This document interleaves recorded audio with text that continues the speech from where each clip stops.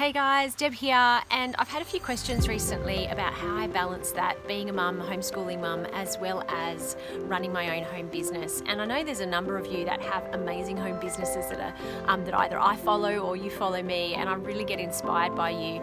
So some of you may be interested in how, what are some tips to get that balance? And I think particularly as a homeschool mum, you've got your kids at home all the time. It's not like that they get sent out, so you have that time and space at home to then work. You have them around, and it's really important to be able to honour them. And so before I get into that, let me just share a few reasons why I'm qualified to share on this.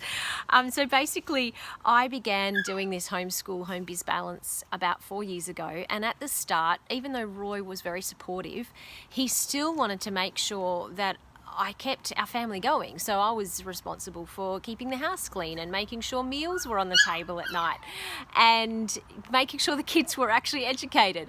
And so, in order to make sure I honoured him, I really had to make sure I got that balance right, and to make sure that our family didn't fall in a heap just because I was pursuing something that was an outlet for me.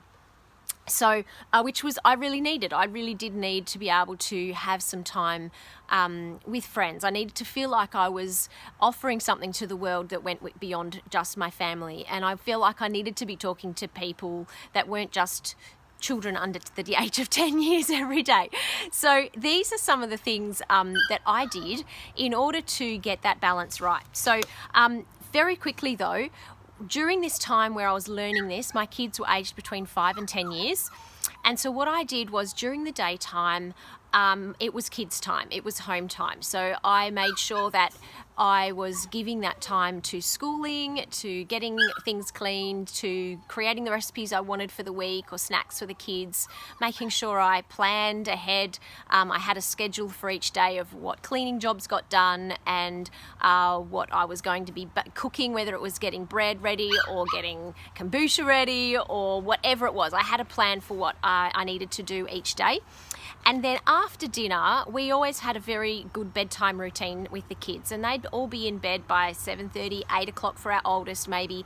And that was when I did my messages, that's when I did my social media time, that's when I booked catch-ups with people, and that's when I did my personal development training. I was very big on making sure I inputted into growing my skills as well.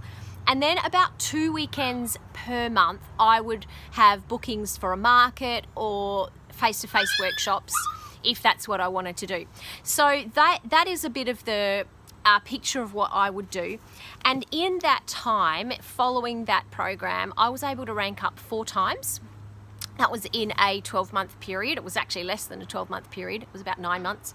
And at the end of that first year, so I began in a January, and so by the end of that December, sorry about the puppies, my husband was able to quit his job and we went travelling for the next 2 years around Australia. So it was really, really exciting to see that bring about the change that I had dreamed of for our family. It actually was making a difference, and it was very special. So in that 2 years that we were travelling, we were able to see our business triple in our monthly sales. So I think when we first left, we were doing about 10,000 in sales a month, and then by the end it was around the $30,000 a month mark. So it was very, very rewarding and exciting to be able to see that as I honoured my family first, and the things that were valuable to us, I was still able to find that right time and be really specific with that time. So I want to just share 3 tips with you that will make that balance really, really effective. So the first one is to set your work hours that honour your family. Find that time that you need to set aside. So for me, it was evenings. Maybe it's a sleep time when your kids go to bed. Maybe it's getting up an hour early before everybody gets up. It's really different for everybody. Find out what works for you and your family. Some people find that they can set aside 1 weekend a month, or for me, I could set aside 2 weekends a month. What is it that works for you? And without having that mum guilt, because it's not going to work if you're trying to do everything at the one time.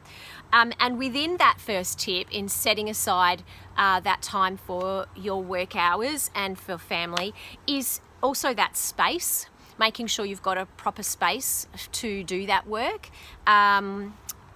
make sure that while you're having that family time, that it is just kid time, family time. Like, turn your phone off, make sure you're not hearing the notifications come through. It's very distracting. And that way, and also make sure that when you're doing your work time, your family respects that time as well, and you're not constantly getting interruptions from them, so that balance is correct.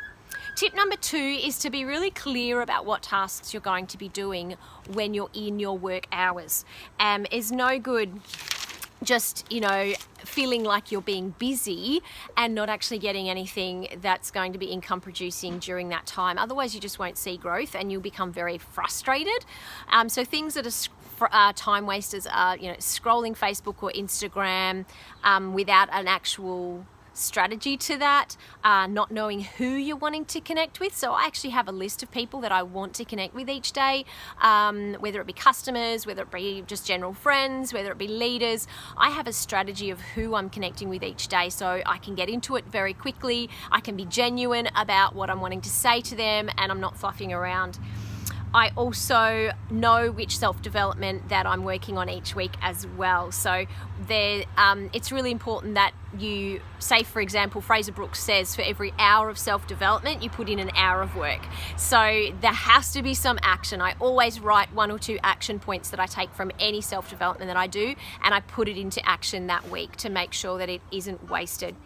So reach out to your own mentors, your own people that are supporting you in your home business. Just find out what specific tasks. If you don't know what are income producing tasks for your home business, find out. And that way it'll really help you grow and then be consistent in those tasks. And the last tip that I wanted to share with you was, don't try to multitask your business tasks and home tasks, or you will just despise one of them. I know the times that I get frustrated with my kids is when I'm trying to do something during a time where I need to be giving time to them, or I'm trying to do work stuff and they're interrupting me, and I get frustrated with my work because I want to be with my kids. So don't try and let that become a grey area. Make it really clear.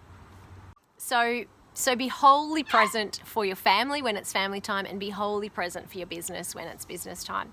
So I just really want to encourage you, make this a year of no excuses. Girl, you are going to see growth in your business this year. There has been no better time to work from home. In a time where so many of us are having to stay at home, there are so many opportunities available to you, and I really encourage you to grab a hold of one that you are passionate about and give it your everything. The only people that fail are the ones that give up, and you don't need to give up, because there are people out there that need what you have. If you are looking for an opportunity and you are looking for someone to run with and have mentor you, I would absolutely love to run with you and share the opportunity that I'm involved in. Feel free to reach out and message me, and I would be honoured to help coach you and be a part of that. Otherwise, I wish you guys all the best. Happy International Women's Day today, and make sure that you challenge that status quo. Challenge yourself in a new way this week. See ya.